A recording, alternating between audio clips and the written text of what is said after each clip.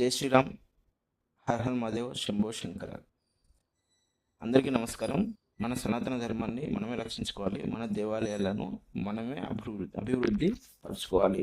ఈ దేవాలయం వచ్చేసి అభివృద్ధి జరిగినప్పటికీ పర్టికులర్గా ఈ ప్రదేశం ఏదైతే ఉందో ఈ ప్లేస్లో అభివృద్ధి కావాల్సిన దేవాలయము. ఎందుకంటే ఇక్కడ భక్తులకు సంబంధించి మనకు కొన్ని వసతులు ఇంకా డెవలప్మెంట్ స్టేజ్లోనే అయిపోయి ఉన్నాయి. దీన్ని ముందుకు తీసుకెళ్ళాలంటే భక్తులమైన మన వల్లనే అవుతుంది. సో ఇప్పుడు నేను చూపిస్తున్న ప్లేస్ అనేది దేవాలయము. జై శ్రీరామ్. అందరికీ నమస్కారం. ఈరోజు మన ముందుకు తీసుకొచ్చిన వీడియో ఏంటంటే సీతారామ లక్ష్మణ సహిత ప్రసన్న అభయాంజనేయ స్వామి దేవస్థానం. ఈ టెంపుల్ వచ్చేసి ప్రగతి నగర్లో ఉంది. సో ప్రగతి నగర్ కాకతీయ హిల్స్ లోపటి నుంచి దారి ఉంటుంది. అలాగే ఎగ్జాక్ట్ లొకేషన్ అంటే వసంత నగర్లో సాయినగర్ కాలనీ, వసంత నగర్. సో ఇక్కడ ఈ టెంపుల్ లోపలికి వచ్చి చూసినట్లయితే ఫస్ట్గా విఘ్నేశ్వర స్వామి ప్రతి టెంపుల్లో ఉన్నట్లుగానే వినాయకుడు కనిపిస్తూ ఉంటారు. సో వినాయక స్వామి దర్శనం అయిన తర్వాత పక్కనే మనం చూసినట్లయితే నాగదేవతలు, అంటే ఇక్కడ వాళ్ళు చెప్తున్నది ఏంటి అని అంటే ఈ టెంపుల్ ప్రతిష్టాపన చేస్తున్న టైంలో ఒక 20 ఏళ్ళ ముందు ప్రతిష్టాపన చేశారు. ఆ సమయంలో ఇక్కడ అనేకమైన నాగదేవతలు తిరుగుతూ ఉండేవి. సో ఆ దేవతలు తిరుగుతున్నప్పుడు మరి భక్తులు రావడానికి ఇబ్బంది ఉంటుంది. అలాగే నాగదేవతలు ఉన్నాయి కాబట్టి వీళ్ళు టెంపుల్ని అభివృద్ధి చేయాలన్నా అక్కడ ఏదైనా కట్టాలన్నా కానీ ఇబ్బంది అవుతుంది అని చెప్పి ఆ సమయంలో ఇక్కడ వినాయకుడిని ప్రతిష్ఠించి ఆ తర్వాత నాగదేవతను ప్రతిష్ఠించారు. సో వినాయకుడి పక్కనే కనిపిస్తాయి నాగదేవతలు వచ్చేసి. మనం చూసినట్లయితే ఇక్కడ భక్తులు పూజలు అవి చేస్తున్నారు. సో ఈ నాగదేవత విగ్రహం ఇప్పుడు ఇక్కడ కనబడుతున్న నాగదేవత విగ్రహాన్ని ప్రతిష్ఠించిన తర్వాత ఇక్కడ నాగదేవుడు కరుణించి టెంపుల్కి సంబంధించిన కార్యకలాపాలన్నీ జరిగేలాగా ఆయన ఆశీర్వదించారు. సో ఈ నాగదేవత విగ్రహాన్ని వెనకాల మనం చూసినట్లయితే చాలా వరకు నాగప్రతిష్టలు జరిగాయి. ఇవన్నీ కూడా రాహుకేతువులకు సంబంధించిన పూజలు చేసినప్పుడు అక్కడ ప్రతిష్టలు జరిపించినవి. ఇంకా కొన్ని లోపల అంటే టెంపుల్కి వెనక సైడు సుబ్రహ్మణ్య స్వామిది నేను చూపిస్తాను. సో సుబ్రహ్మణ్య స్వామికి సంబంధించి ఆ ప్లేస్లో కూడా నాగ ప్రతిష్టలు చేయించినవి ఉన్నాయి. అంటే ఎవరైనా మొక్కుకున్నా సరే, లేకపోతే పిల్లలు పుట్టిన వాళ్ళు ఉంటే మొక్కుకొని ఈ ప్రతిష్టలు అవి చేయిస్తూ ఉంటారు. సో వీటికి సంబంధించి మనము ఈ టెంపుల్ లోపల వెళ్ళిన తర్వాత ఇంకా ఏమేమి ఉన్నాయో ఒకసారి మనం ఇక్కడ చూడడానికి అవకాశం ఉంటుంది. ఈ టెంపుల్లో మెయిన్గా జ్యోతిర్లింగ స్వామి, అంటే 12 జ్యోతిర్లింగాలని అందరూ దర్శించుకోవడానికి కుదరదు కాబట్టి ఈ టెంపుల్ని ప్రతిష్ఠించిన సమయంలో 12 రకాల జ్యోతిర్లింగాలు ప్రతిష్ఠించారు. అది కూడా ఎక్కడి నుంచి అని అంటే 12 క్షేత్రాల నుంచి తీసుకొచ్చిన జ్యోతిర్లింగాలు. వాటి మధ్యలో కాశీ విశ్వేశ్వర స్వామికి సంబంధించిన కాశీ నుంచి తీసుకొచ్చిన శివలింగం ప్రతిష్ఠించి అన్నపూర్ణాదేవిని ప్రతిష్ఠించారు. సో ఇక్కడ పూజారి గారి మాటల్లో మనము ఈ టెంపుల్కి సంబంధించిన వివరాలు, విశిష్టతను పూర్తిగా తెలుసుకునే ప్రయత్నము మనము ఇక్కడ చేద్దాము. ఇక్కడ చూసినట్లయితే ఇదే శివాలయంలో 12 జ్యోతిర్లింగములు, అంటే మనకు వాళ్ళు చెప్పడం ఏంటంటే 12 జ్యోతిర్లింగాలు ఇక్కడ ప్రతిష్ఠించడానికి కారణము మనం ఇప్పుడు వారి మాటలో తెలుసుకుందాము. ఇక్కడికి వచ్చాం. ఇక్కడ రాగానే ఫస్ట్ 12 జ్యోతిర్లింగాలకు సంబంధించి ఇక్కడ శివాలయం ఉంది.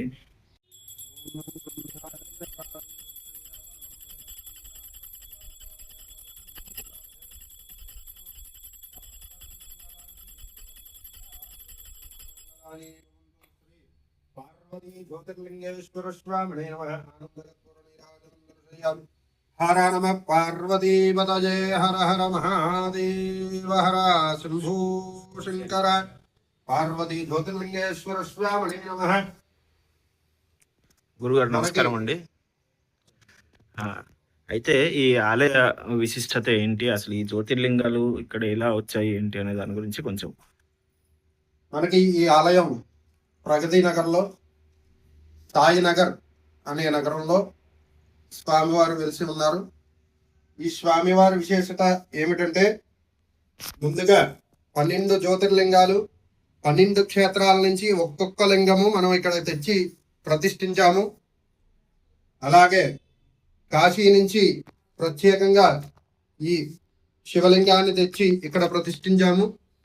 కాబట్టి మనకి ప్రతి జ్యోతిర్లింగముకు వెళ్ళలేని వాళ్ళు ఉంటారు.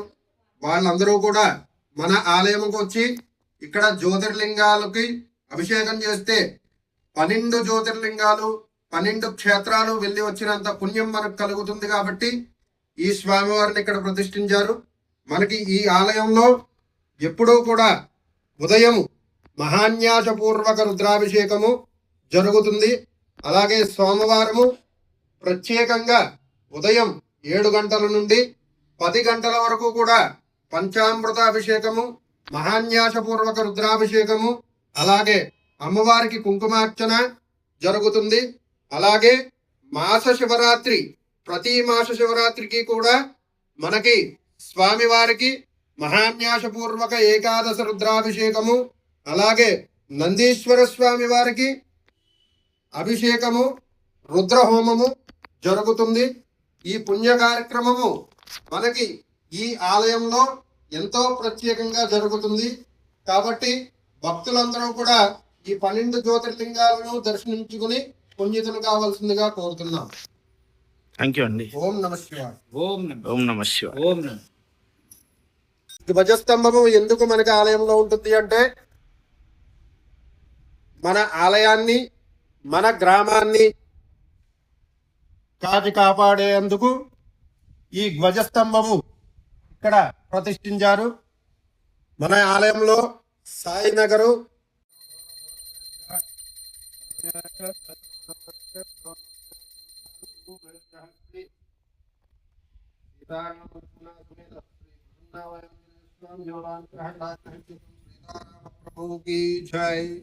గోవింద గోవింద. మనకి ఈ ఆలయంలో హరిహరాదులు ప్రతిష్ఠించారు. స్వామివారు అక్కడ పార్వతీ జ్యోతిర్లింగేశ్వర స్వామి, అలాగే ఇక్కడ సీతారామ అమ్మవారు, లక్ష్మణుడు, ఆంజనేయ స్వామి ఎంతో ప్రత్యేకంగా. ఆ విగ్రహాలు చూస్తేనే మనకి ఎంతో ఆనందంగా ఉంటుంది. అంత తేజోవంతంగా ఉన్నాయి ఆ విగ్రహాలు. ఈ స్వామివారికి ప్రతి శ్రీరామనవమికి ఎంతో విశేషంగా అఖండ వైభవంగా కళ్యాణం, అన్నదానము కార్యక్రమము జరుగుతుంది. అలాగే ప్రతి శనివారము, గురువారము కూడా స్వామివారికి ప్రత్యేకంగా అలంకరణలు, అభిషేకములు ఇత్యాది కార్యక్రమాలన్నీ జరుగుతాయి. స్వామివారిని దర్శించుకుని ఎంతో పుణ్యతులు కావాల్సిందిగా కోరుతున్నాం. జై శ్రీరామ్. జై శ్రీరామ్.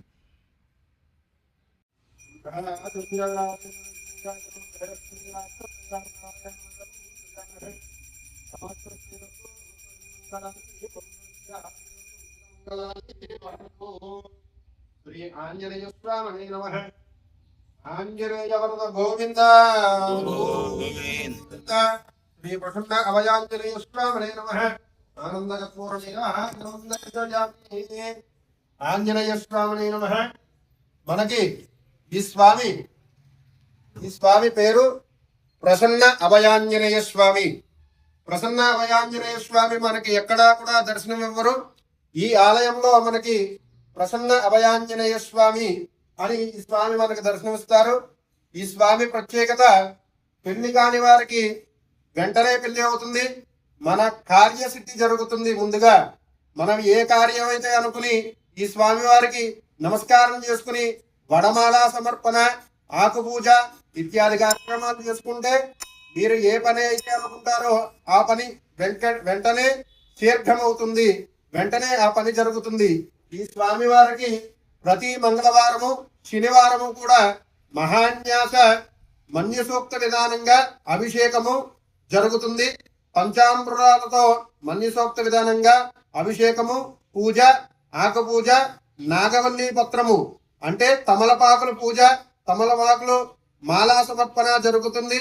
ఎంతో వైభవంగా ఉన్న స్వామి ప్రతి మంగళవారము, శనివారము కూడా అనేక మంది భక్తులతో పూజలు అందుకుంటూ స్వామివారు మనకు దర్శనమిస్తారు. ఈ స్వామివారిని దర్శించుకుని ఎంతో పుణ్యతులు కావాల్సిందిగా కోరుతున్నాం. జై శ్రీరామ్. జై శ్రీరామ్. ఇది ఈ ఆలయంలో ఉన్న హోమగుండము. ఇక్కడ ఆంజనేయ స్వామికి మణిసూక్త పారాయణతో పాటు సంబంధించిన హోమం గావచ్చు. అలాగే రుద్ర హోమము, తర్వాత మనం ఇందాక చెప్పుకున్నాం గదా! సో, రాహుకేతువులకు సంబంధించిన పూజలు అవి చేసినప్పుడు అన్ని రకాల హోమాలు, అన్ని శుభ కార్యక్రమాలకు సంబంధించిన హోమాలన్నీ కూడా ఈ హోమగుండంలోనే జరుగుతూ ఉంటాయి ఈ ఆలయంలో. సో, ఎవరైనా సరే ఇంకేమన్నా వాళ్ళకి సంబంధించిన హోమాలు అలాంటివి ప్లాన్ చేసుకోవాలన్నా కూడా చాలా విశాలమైన ప్లేస్ ఉంది. ఇక్కడ ప్లాన్ చేసుకుంటే దేవాలయ అభివృద్ధికి తోడ్పాటు చేసిన వాళ్ళం అవుతాము. అలాగే ఇక్కడ చూసినట్లయితే ఇది సుబ్రహ్మణ్యేశ్వర స్వామికి సంబంధించిన ప్లేసు. ఇక్కడ గుడికి వెనకాల వైపు వస్తే కొంచెం సుబ్రహ్మణ్య స్వామికి సంబంధించింది. అలాగే ఇక్కడ చాలా వరకు నాగ ప్రతిష్ఠలు అవి చేయించారు. సో, పుట్ట కూడా ఉంది. మధ్యలో మనం చూసినట్లయితే నాగ నాగ ప్రతిష్టలతో పాటు మధ్యలో ఇక్కడ పుట్ట కూడా ఉంది. పాము పుట్ట. సో, ఒరిజినల్‌గా పాములు కూడా ఉంటాయి. సుబ్రహ్మణ్య స్వామిని మనందరము పాము రూపంలో కూడా కొలుస్తామని చెప్పి మనకు తెలుసు. అలాగే సుబ్రహ్మణ్య స్వామి దగ్గర పెళ్లి కాని వాళ్ళు ఎంతోమంది వచ్చి పూజలు అవి చేయించుకుంటూ ఉంటారు. సో, అక్కడ ఇది సొంతంగా పుట్టలు కూడా ఉన్నాయి. సో, అలాగే ఈ ఆలయానికి సంబంధించినట్లయితే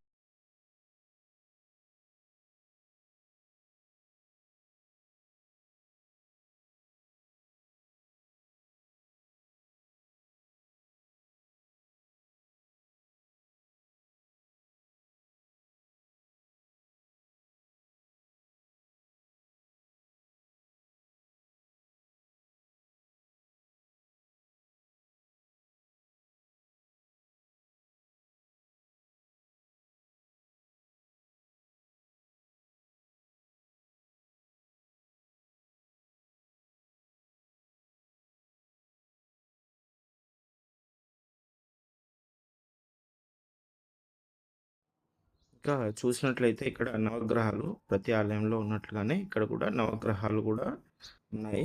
సో, ఏదైనా గ్రహానికి సంబంధించి గ్రహ దోషాలకు సంబంధించిన పూజలు అవి ఇక్కడికొచ్చి చేయించుకోవచ్చు ఈ నవగ్రహాల దగ్గర. ఇక ఇది వచ్చేసి దేవాలయానికి వెనుక వైపు భాగము.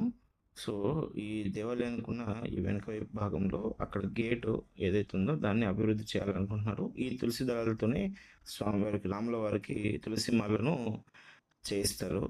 అలాగే ఆ గేట్‌తో పాటు ఇక్కడ మనకు 5 రకాల చెట్లుంటాయి ముఖ్యమైనవి. ఉసిరి చెట్టని, షిమ్మి వృక్షం అని, ఆ తర్వాత మారేడు దళాలు, దశపత్రి అంటారు. మారేడు దళాలు త్రిదళంతో పాటు దశదళ మారేడు చెట్లు కూడా ఇక్కడ ఒక 2 ఉన్నాయి.